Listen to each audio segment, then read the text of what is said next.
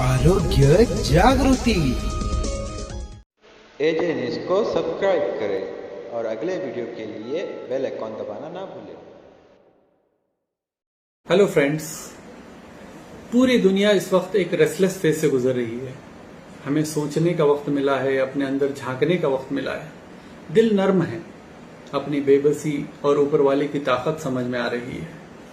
इस लॉकडाउन के शुरू में तो हम इनकार के फेज में थे, फिर फ्रस्ट्रेशन में चले गए और अब आहिस्ता आहिस्ता एक्सेप्टेंस के फेज में आ रहे हैं। किसी ने क्या खूब कहा है, मुश्किल तो सभी पर आती है, फर्क इतना है कि कोई बिखर जाता है तो कोई निखर जाता है। ये वक्त हम सभी के इम्तिहान का है, किसी के सब्र का इम्तिहान तो किसी के शुक्र का। हमारा ये वक्त डिप्रेशन, फ्रस्ट्रेशन और शिकायतें करते करते गुजर जाएगा, या इसे हम एक गोल्डन अपॉर्चुनिटी भी बना सकते हैं। किस चीज की अपॉर्चुनिटी? खुशियों को तलाशने और पाने की अपॉर्चुनिटी। हम में से अक्सर लोग उदासियों में जी रहे हैं और खुशियों की तलाश में हैं। किसी शायर ने कहा है, दुनिया की महफिलों से उकता गया हूं यारब, क्या लुत्फ है अंजुमन का जब दिल ही बुझ गया हो। और किसी ने कहा है, 100 बार चमन महका 100 बार बहार आई, दुनिया की वही रौनक लेकिन दिल की वही तन्हाई। हम सभी वक्ती प्लेजर्स में डिप्रेशन का हल चाह रहे हैं, लेकिन वो वक्ती इलाज है। जैसे किसी के दांत में इन्फेक्शन हो गया, डॉक्टर साहब ने उसे एक पेन किलर और एक एंटीबायोटिक दिया। अगर आदमी सिर्फ पेन किलर लेता रहे क्योंकि उससे दर्द कम हो जाता है और एंटीबायोटिक न ले तो इन्फेक्शन बढ़कर जानलेवा भी हो सकता है। इन उदासियों को खुशियों में कैसे बदलें? खुशी का एक बेसलाइन स्टेटस होता है, जिसे हम सेंस ऑफ वेल बीइंग कहते हैं। जब कोई खुशी की बात होती है, जैसे आपने मनपसंद कार या मोबाइल खरीदा, तो हैप्पीनेस का एक स्पाइक आता है जो बहुत वक्ती होता है और आप फिर से बेसलाइन पर आ जाते हैं। अगर हम चाहते हैं कि खुशियां और सुकून बाकी रहे तो कुछ ऐसा करना होगा जिससे हैप्पीनेस का बेसलाइन ही ऊपर चला जाए। स्टडीज से प्रूव हुआ है कि वो 2 चीजों से होगा। नंबर 1, टू बी ग्रेटफुल, हमें शुक्रगुजार होना पड़ेगा। हम अगर नेमतों को गिनना चाहें तो गिन नहीं सकते। इस लॉकडाउन ने बताया कि कितने ऐसी नेमतें हैं, ब्लेसिंग्स हैं, जिनका हमें एहसास भी नहीं है। उन्हें लिखना शुरू करें। जब नेमतें खुलती जाएंगी तो हमें अपने छोटे होने का एहसास होगा। इस लॉकडाउन से कुछ सीखना है। जैसे हर चीज हमारी मर्जी से नहीं चलती और हमारे कंट्रोल में भी नहीं होती। हमें एडजस्ट करना सीखना है, पर्सनल लेवल पे भी और प्रोफेशनल लेवल पे। फैमिली वैल्यूज का इंपॉर्टेंस समझना है। हमें माँ बाप और बीवी बच्चों के साथ बॉन्डिंग को खूबसूरत बनाना है। जब हालात अनप्रेडिक्टेबल होते हैं तो पेशेंस रखना होगा। फ्रस्ट्रेट और इरिटेट होकर काम नहीं चलेगा। ये खुद को भी समझाना है और हमारी नई जनरेशन को भी समझाना है, क्योंकि वहां तो पेशेंस बिल्कुल ही नहीं है। और हमें हमारा फोकस बदलना होगा। एक बिलबोर्ड था, उस पर 2 बच्चों की तस्वीर थी। ऊपर के लड़के के पास एक पूरा केक है, सिर्फ एक स्लाइस नहीं है और वो केक की तरफ देखकर दुखी है।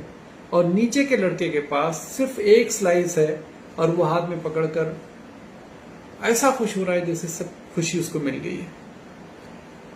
तो हमको खुश रहने के लिए हमें जो मिला है उससे कंटेंट होना है, उसका शुक्र अदा करना है। एक यंग डॉक्टर हमारे पास एडमिट हुए। 1 हफ्ते के अंदर उनके दोनों आंखों की बीनाई चली गई थी। एडमिट करके 3 इंजेक्शन दिए, लेकिन कोई फर्क नहीं हुआ। चौथे दिन जैसे ही मैं मॉर्निंग राउंड पर पहुंचा तो वो व्हील चेयर पर से आवाज देने लगे, सर आप पहले यहां आइए, सर मुझे नजर आने लगा है, मैं आपका शर्ट देख सकता हूं, मैं आपका चेहरा देख सकता हूं, मुझे तकरीबन 30% दिख रहा है। उनके चेहरे पर इतनी खुशी थी जैसे सारी दुनिया की खुशियां मिल गई। मैं सोचने लगा, क्या ये शख्स इतना खुश था जब उसकी विजन 100% नॉर्मल थी? और फिर अपने आप से भी पूछने लगा कि क्या मैं इतना खुश हूं जब मेरी बीनाई नॉर्मल है? बात यह है कि ब्लेसिंग्स की कदर उस वक्त होती है जब वो आपसे छीन ली जाती है। Number 2, right use of blessings, नेमतों का सही इस्तेमाल। नेकी क्या है? ब्लेसिंग्स का सही इस्तेमाल। और गुनाह क्या है? ब्लेसिंग्स का गलत इस्तेमाल। हमारी एवरेज जिंदगी 60 से 70 साल की है और मौत आएगी और कोई चीज हमारे साथ नहीं आएगी। किसी ने क्या खूब कहा है, हमें क्या जो तुरबत पे मेले रहेंगे, तहे खाक तो हम अकेले रहेंगे। इसलिए कहा गया है कि 5 चीजों की कदर कर लो 5 के आने से पहले। जिंदगी की कदर कर लो मौत के आने से पहले। जवानी की कदर कर लो बुढ़ापे के आने से पहले। सेहत की कदर कर लो बीमारी के आने से पहले। वक्त की कदर कर लो मशगूली के आने से पहले। और माल की कदर कर लो उसके चले जाने से पहले। इन शॉर्ट, इन ब्लेसिंग्स को शेयर करना है।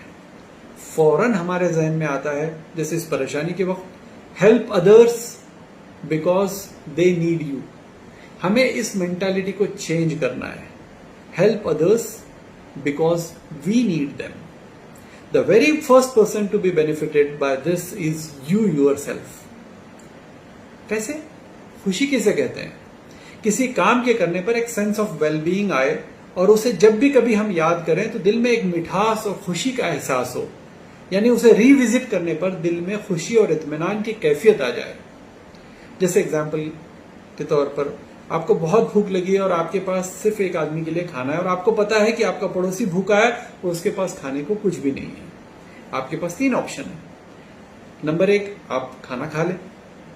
नंबर 2, आप पड़ोसी के साथ शेयर करें। या नंबर 3, आप थोड़ी देर के लिए भूखे रहें और उसे खाना खिला दें। बाद में जब भी आप इस इंसिडेंस को याद करेंगे तो 3 में से एक होगा। आपने शेयर नहीं किया था तो रंज और अफसोस होगा। आपने शेयर किया था तो आपको लगेगा काश मैं पूरा ही उसको देता।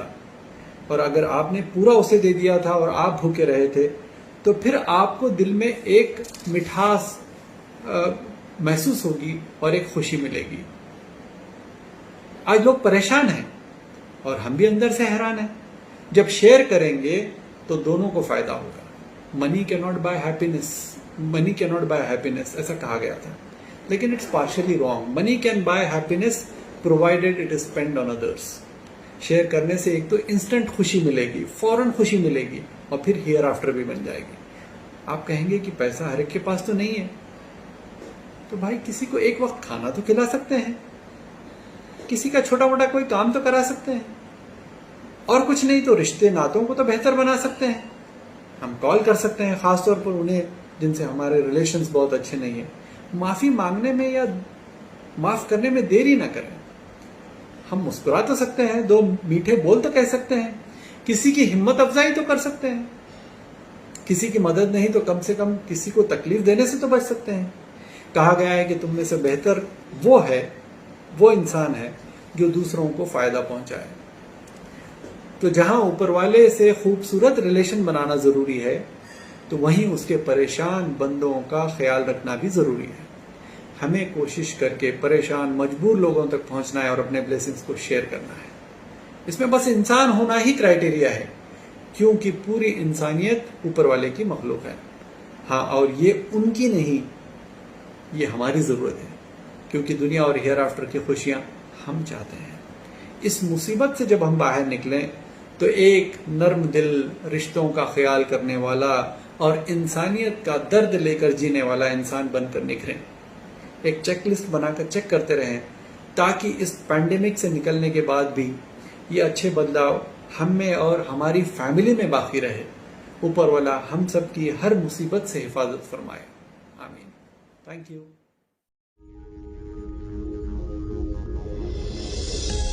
आरोग्य जागृति।